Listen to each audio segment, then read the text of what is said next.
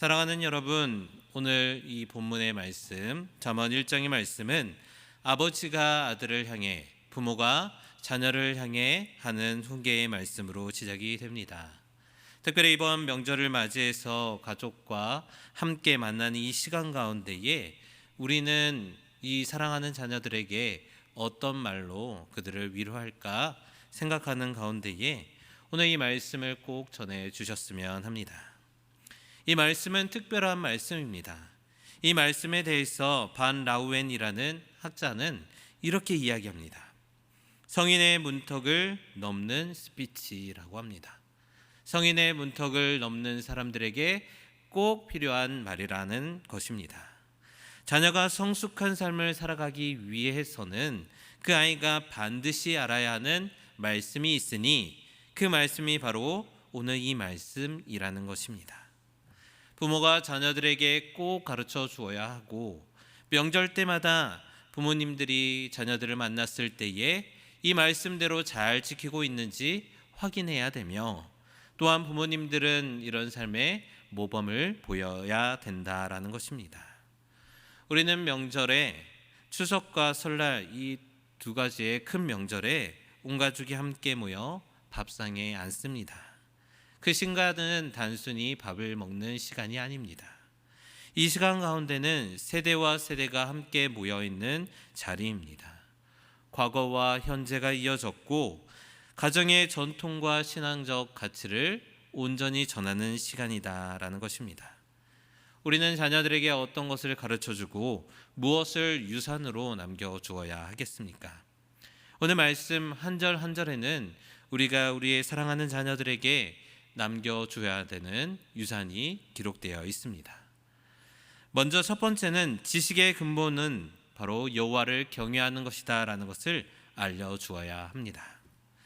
여호와를 경외하는 것이 지식의 근본이거늘 미련한 자는 지혜와 훈계를 멸시하느니라 라고 오늘 말씀은 고백합니다. 히브리어로 지식이라고 하는 단어는 단순히 머리로 아는 지식이 아닙니다. 삶을 살아가다 보면은 어떻게 살아야 되는지에 대한 삶의 방식입니다. 삶 속에서 경험을 하고 반복하는 삶 가운데에 체득된 기술, 깨달음, 그것이 바로 지식입니다. 오늘 본문에서 말하는 이 지식은 세상을 어떻게 잘 살아가는 방법이 아닙니다.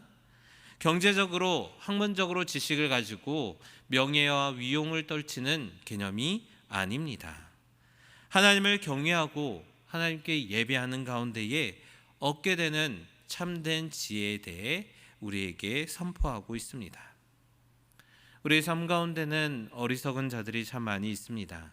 어리석은 자들은 자기가 가지고 있는 지식을, 자기가 가지고 있는 물질을 자랑합니다. 그러나 참으로 지혜로운 사람은 나의 한계를 압니다. 내 힘으로 할 수 없는 부분 가운데에 하나님께서 함께해 주시고 하나님께서 이루어 주심을 고백합니다. 그렇기 때문에 이런 자들은 겸손히 하나님을 선포합니다. 참된 지식은 하나님을 알고 하나님을 믿고 하나님을 따라 살아갈 때에 하나님께서 베풀어 주시는 크고 놀라우신 은혜를 인정하는 데부터 시작합니다. 두 번째로 우리가 남겨줘야 될 유산은 바로 훈계와 습관의 힘을 사용해야 된다라는 것입니다. 오늘 8절의 말씀을 함께 읽도록 하겠습니다. 시작. 내 아들아, 내 아비의 훈계를 들으며 내 어미의 법을 떠나지 말라. 아멘. 오늘 이 말씀에서 내 아들아 라고 고백하는 이 부분은 사실 아들만 부르는 표현이 아닙니다. 나의 혈육의 자녀들을 표현하는, 나의 혈육의 자녀들을 부르는 그런 말로 한계되어 있지 않습니다. 아들아 라는 이 말은 바로 스승이 제자들을 향하여 따뜻한 마음을 가지고 부르는 호칭입니다. 내 아이와 같이 이 자녀가, 이 제자가 귀하게 되기를 바라는 애정어린 호칭입니다. 이런 호칭 가운데에 우리에게 주는 말씀은 바로 하나님의 말씀을 믿는 모든 사람들에게 따뜻한 말씀으로 주는 고백이라는 것입니다. 사랑하는 여러분, 이 말씀과 함께 내 아들아라는 말이 똑같다라는 것을 아시기 바랍니다. 자녀들은 성장하면서 부모님들이 가르쳐 주신 방법을 따라 살아갑니다. 훈계한 그 입술의 말씀을 통해서 살아가기도 하고, 또한 가정의 전통 가운데에 부모님의 모습으로 보여주었던 것으로 살아갑니다. 이것은 단순히 지식적인 교육이 아니라 사람의 인격과 습관을 다듬는 것입니다. 우리가 말한 것보다 우리의 자녀들은 우리의 삶의 모습을 더 많이 바라보게 됩니다. 그리고 그대로 똑같이 따라서 살아가게 됩니다. 그러기에 우리는 날마다의 교육의 과정 가운데에 끊임없이 반복되고 끊임없이 습관화되는 그런 일들을 행하며 살아가야 됩니다. 그러니 이런 훈계와 습관의 모습을 근육처럼 이야기할 수 있습니다. 사랑하는 여러분, 여러분은 운동을 많이 하십니까? 운동을 하면 할수록 근육이 점점 붙습니다. 그런데 운동을 하지 않으면 우리가 가지고 있던 이 근육이 점점 약해집니다. 우리 신앙의 모습도 마찬가지인 것 같습니다. 하나님께서 주신 말씀대로 살려고 노력하면 할수록 우리의 신앙에는 근육이 붙게 됩니다. 그런데 만약에 우리가 하나님의 말씀대로 살려고 노력하지 않고 그저 편안하게 그저 되는 대로 살아간다면 우리가 가지고 있던 모든 근육은 약해집니다. 그러니 우리는 자주 스트레칭을 하고 자주 몸이 굳지 않도록 몸을 움직여야 됩니다. 만약에 몸을 움직이지 않는다 하면은 우리의 무릎에서 허리에서 우두둑 소리가 나고 합니다. 팬데믹 이후에 많은 성도들이 이렇게 고백한다고 합니다. 교회에서 어떤 일을, 어떤 은혜의 자리를 사모하는 마음으로 그 자리에 참여하자라고 고백하면 예전에는 할 수 있었는데 지금은 못하겠습니다라는 말이 가장 많이 들려옵니다. 교회도 옛날이요 라는 병에 걸린 듯합니다.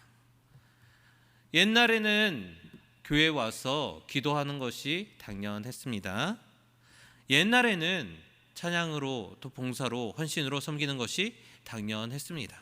그런데 2, 3년의 팬데믹 이후로는 이제 더 이상 그런 시간들이 불편해집니다. 그런 시간이 때로는 없었으면 하는 바람도 듣곤 합니다. 우리의 나이가 2, 3년 사이에 폭삭 사과수다, 폭삭 늙어서 그런 거겠습니까? 그렇지 않습니다. 우리의 신앙이 굳어져 버린 것이기 때문입니다. 근육을 회복하기 위해서 다시 움직여야 되는데 움직이기 전에 먼저 우리 입으로는 못합니다, 안 됩니다, 힘들어요 라는 말이 먼저 나옵니다. 왜냐하면 오랫동안 쉬었기 때문입니다. 그런데 우리의 신앙의 근육을 다시 살리는 일은 큰 데에서부터 시작하지 않습니다. 그저 단순히 우리 삶 가운데 말씀을 먼저 가까이 하고 예배의 자리에 나오고자 하는 한 걸음 한 걸음, 그 걸음 가운데에 하나님께서 주시는 우리의 신앙이 더욱더 자라나게 될 것입니다. 오늘 이 명절의 끝자락에 이 자리에 나오신 여러분들은 바로 하나님의 사랑을 기억하고자, 또한 나의 그동안 굳어져 있던 신앙을 이제 다시 한번 움직이고자 하는 마음으로 오셨을 줄 믿습니다. 사랑하는 여러분의 그 마음의 결단 가운데에 하나님께서 주시는 신앙의 근육이 온전히 또 튼튼히 자라나길 주님의 이름으로 축복합니다. 세 번째 유산은 바로 훈계는 바로 인격을 다듬는 조각입니다. 오늘 9절의 말씀을 다 함께 읽도록 하겠습니다. 시작. 이는 내 머리에 아름다운 관이요 내 목에 금사슬이니라. 아멘. 부모님의 말씀을 따라 살아가는 것, 훈계를 따라 살아가는 것, 그것이 이끌어내는 아름다운 결과에 대해 오늘 말씀을 선포합니다. 내 머리에 아름다운 관이고 내 목에 금사슬이 메어진다라는 것을 이야기합니다. 이것은 무엇이냐면 조각가가 큰 돌을 가지고 돌을 다듬습니다. 돌을 다듬으면 다듬을수록 아름다운 작품이 됩니다. 세밀해지고 그 작품을 통하여 많은 사람들이 감명을 받게 됩니다. 이와 같이 우리 부모들이 또 우리 스승들이 자녀들의 인격을 다듬는 그런 시간 가운데는 하나님께서 주시는 잠재된 은사와 능력이 이끌어집니다. 또한 그리스도인의 삶의 모습을 보여주었을 때에 그들의 삶 가운데도 하나님을 믿는 참된 자들의 인격의 모습 또한 나타나게 됩니다. 그런 잠재된 은사, 인격이 나타나는 그 모습을 오늘 말씀에서는 내 머리에 아름다운 관이요 내 목에 금사슬이다 라고 고백합니다. 둘 다 비싼 것이지요. 근데 단순히 비싸다고 이것이 중요한 것이 아닙니다. 존귀와 영광을 나타내는 이 관과 목걸이가 가지고 있는 의미가 있습니다.